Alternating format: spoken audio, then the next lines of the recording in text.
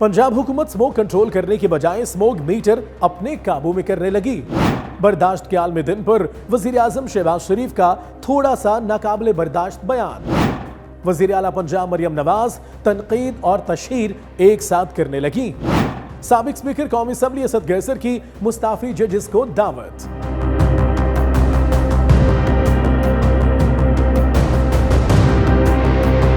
Talkies live के daily update में मैं हूं आपका होस्ट हैदर अली।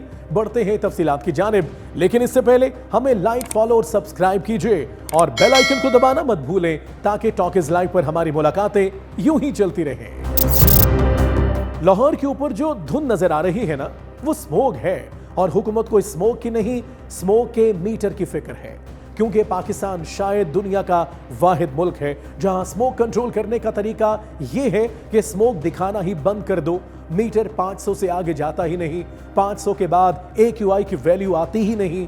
मतलब आती तो है लेकिन अवाम और अपनी वेबसाइट से छुपाई जाती है। मकसद अवाम को पता ही न चले कि असल तबाही कितनी है। हालांकि दुनिया जानती है कि 400 खतरनाक होता है और 500 के बाद तो समझे जहर, डेथ जोन शुरू हो जाता है। लेकिन यहां काम बहुत सादा है, स्मोक नहीं खत्म हो रही, बस स्मोक का डाटा खत्म कर दिया गया है। उधर NIH ने बड़ा अलर्ट जारी किया कि नवंबर से फरवरी तक पूरे मुल्क में सांस की बीमारियों की लहर आने वाली है। सर्दी और जहरीली स्मोक मिलकर एक खामोश कातिल मौसम बना रहे हैं। और सबसे ज्यादा खतरे में कौन?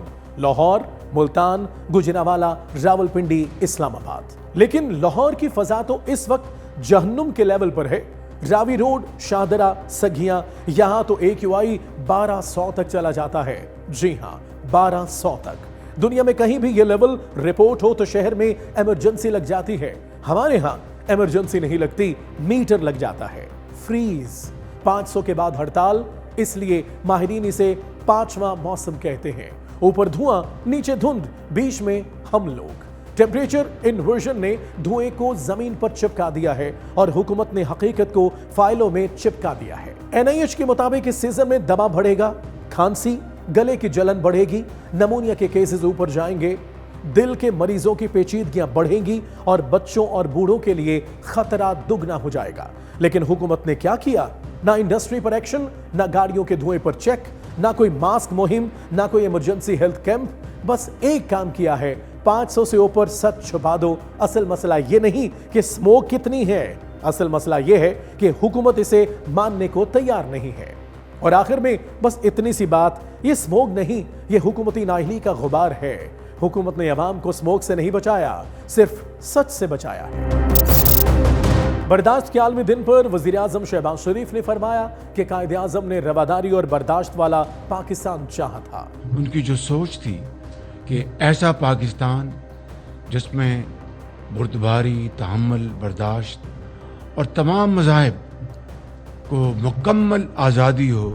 वज़ीर आज़म साहब, गुजारिश सिर्फ इतनी है कि तकरीर और अमल में थोड़ा सा तवाज़ुन पैदा कर लीजिए।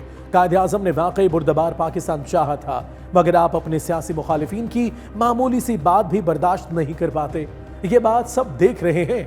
आईनी तरमीम जैसे अहम मामले में भी किसी इख्तिलाफी राय या मशवरे की गुंजाइश नहीं दी गई। ऐसी सूरत हाल में बर्दाश्त के दावे कमजोर पड़ जाते हैं। बस इतना अर्ज है कि तकरीरें अच्छी हैं, मगर अमल इनके मुताबिक हो तो बात वजन पकड़ती है।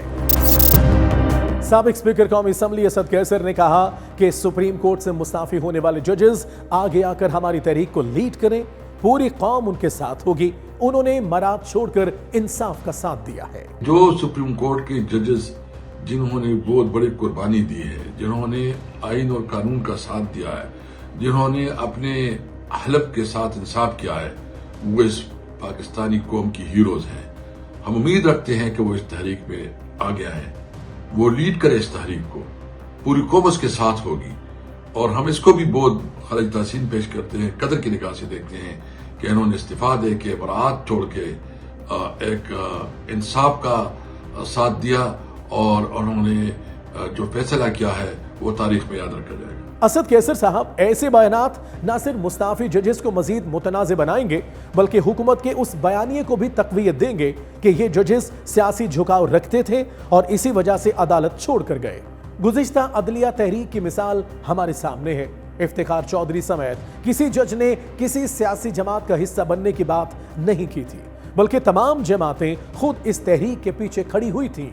इसीलिए बेहतर यह है कि जजेस के इस्तीफों को सियासी रंग देने से गुरेज किया जाए, ताकि उनकी असूली पोजीशन बरकरार रहे और हुकूमत को उन्हें निशाना बनाने का कोई नया जवाब ना मिले। वज़ीर आला पंजाब मरियम नवाज ने पाकिस्तान वापस आकर मुखालिफिन के खिलाफ महाज संभाल लिया। कहा, काम मेहनत और नीयत से होता है, जादू टोने से नहीं। काम मेहनत से होता है, काम नीयत से होता है, काम जान मारने से होता है, जादू टोने से काम नहीं होता। वाह मरियम नवाज साहिबा, ये होता है तंज के साथ साथ तशहीर करना। वैसे आप ही बता दें, आप किस मेहनत की बात कर रही हैं? एक वो भी वक्त था आप कहा करती थी, वो रास्ता मुझे आता है, वो रास्ता बहुत आसान है, इसमें सिर्फ आपको हाथ जोड़ने पड़ते हैं, इसमें सिर्फ आपको अपनी सेल्फ रिस्पेक्ट कुर्बान करनी पड़ती है, इसमें सिर्फ आपको जूते साफ करने पड़ते हैं, मगर हम वो इख्तियार नहीं करेंगे। उसमें फिर मैंने ये रास्ता नहीं अपनाना था, बिल्कुल भी। वो रास्ता मुझे आता है, वो रास्ता बहुत सारे लोग आज भी लेते हैं और वो रास्ता बहुत आसान है।